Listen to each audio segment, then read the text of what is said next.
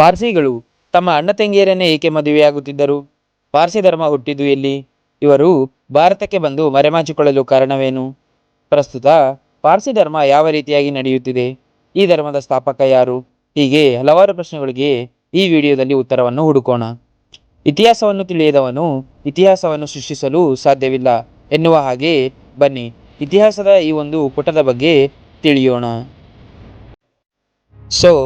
ಈ ಪಾರ್ಸಿ ಧರ್ಮವನ್ನು ಸ್ಥಾಪಿಸಿದವರು ಜೊರಾಸ್ಟರ್ ಎಂಬ ಇರಾನಿನ ಪ್ರವಾದಿ.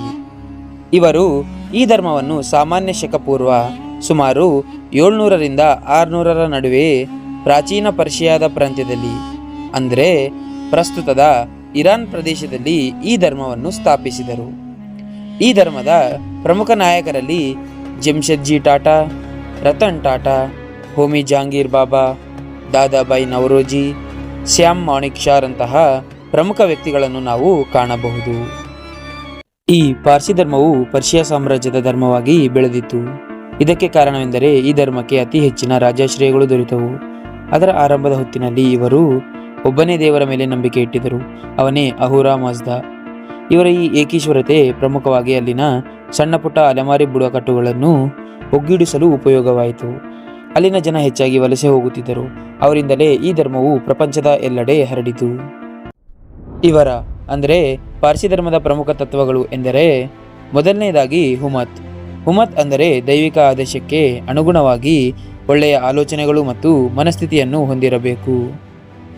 ಎರಡನೆಯದಾಗಿ ಹುಕ್ತ ಅಂದರೆ ಪ್ರಾಮಾಣಿಕತೆ, ಸತ್ಯ ಮತ್ತು ದಯೆಯಿಂದ ಮಾತನಾಡುವುದು. ಮೂರನೆಯದಾಗಿ ಹುವರ್ಸ್ಟ್ ಅಂದರೆ ನ್ಯಾಯ, ದಾನ ಮತ್ತು ಸಾಮಾಜಿಕ ಕಲ್ಯಾಣವನ್ನು ಉತ್ತೇಜಿಸುವ ಕೆಲಸಗಳನ್ನು ಮಾಡುವುದು.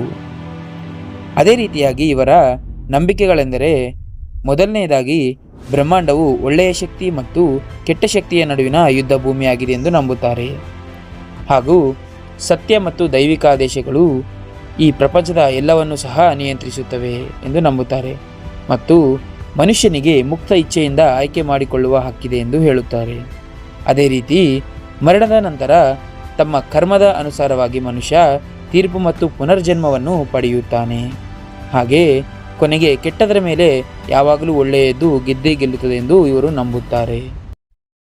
ಈ ಧರ್ಮದ ಪ್ರಮುಖ ಗ್ರಂಥಗಳೆಂದರೆ ಅವು ಜೆಂಡಾ ಅವೆಸ್ತಾ. ಇದು ಪ್ರಾಚೀನ ಅವೆಸ್ತನ್ ಭಾಷೆಯಲ್ಲಿದೆ. ಇದು ಆ ಧರ್ಮದ ಆಧ್ಯಾತ್ಮಿಕ ಚಿಂತನೆಗಳಿಂದ ಕೂಡಿಕೊಂಡಿದೆ. ಹೀಗೆ ಗಾತಸ್, ಯಸ್ನ, ವ್ರಿಸ್ಪಾದಂತಹ ಪ್ರಮುಖ ಪುಸ್ತಕಗಳು ಸಹ ಈ ಧರ್ಮದ ಚಿಂತನೆಗಳನ್ನು ತಿಳಿಸುತ್ತವೆ.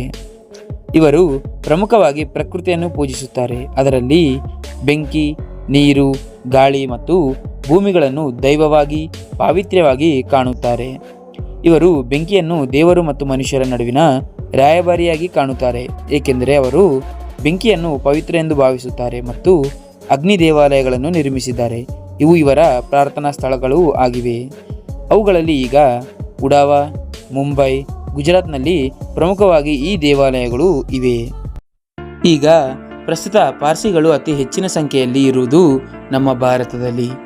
ತಮ್ಮ ಮೂಲ ಸ್ಥಾನವಾದ ಪರ್ಷಿಯಾವನ್ನು ಬಿಟ್ಟು ಭಾರತಕ್ಕೆ ಇವರು ಪಲಾಯನ ಮಾಡಿದ್ದು 8ನೇ ಶತಮಾನದಲ್ಲಿ. ಇದಕ್ಕೆ ಪ್ರಮುಖ ಕಾರಣಗಳೆಂದರೆ ಮೊದಲನೆಯದಾಗಿ ಇಸ್ಲಾಂ ಧರ್ಮದ ಸ್ಥಾಪನೆ ಮತ್ತು ಅದರ ಮತಾಂತರದ ಒತ್ತಡಗಳಿಂದ. ಅದೇ ರೀತಿ ಇಸ್ಲಾಂ ಅತಿ ವೇಗವಾಗಿ ಹಿಂಸೆಯಿಂದ ಅರಬ್ ಮತ್ತು ಪರ್ಷಿಯಾ ಪ್ರಾಂತ್ಯಗಳಲ್ಲಿ ಹರಡಿರುವುದು. ಮೂರನೆಯದಾಗಿ ಪಾರ್ಸಿಗಳ ಮೇಲೆ ಮುಸ್ಲಿಮರ ದಬ್ಬಾಳಿಕೆ ಮತ್ತು ಜಿಜಿಯಾ ತೆರಿಗೆಗಳ ಹೊರೆ ಹೆಚ್ಚಳ. ನಾಲ್ಕನೆಯದಾಗಿ ಪಾರ್ಸಿಗಳ ದೇವಾಲಯಗಳನ್ನು ನಾಶ ಮಾಡಿರುವುದು ಮತ್ತು ಬಲವಂತವಾಗಿ ಮತಾಂತರ ಮಾಡುತ್ತಿದ್ದರು ಮುಸ್ಲಿಂ ಜನಾಂಗ. ಈ ಒಂದು ಕಷ್ಟದ ಕಾಲದಲ್ಲಿ ಅವರಿಗೆ ಇದ್ದ ಏಕೈಕ ದಾರಿ ಭಾರತಕ್ಕೆ ಪಲಾಯನ ಮಾಡುವುದು. ಪರ್ಷಿಯಾದಿಂದ ಸಮುದ್ರದ ದಾರಿಯಲ್ಲಿ ಬಂದು ಭಾರತದ ಗುಜರಾತ್ಗೆ ತಲುಪಿದರು. ಅಲ್ಲಿನ ರಾಜನಿಂದ ಅನುಮತಿಯನ್ನು ಪಡೆದು ಅಲ್ಲೇ ನೆಲೆಸಿದರು.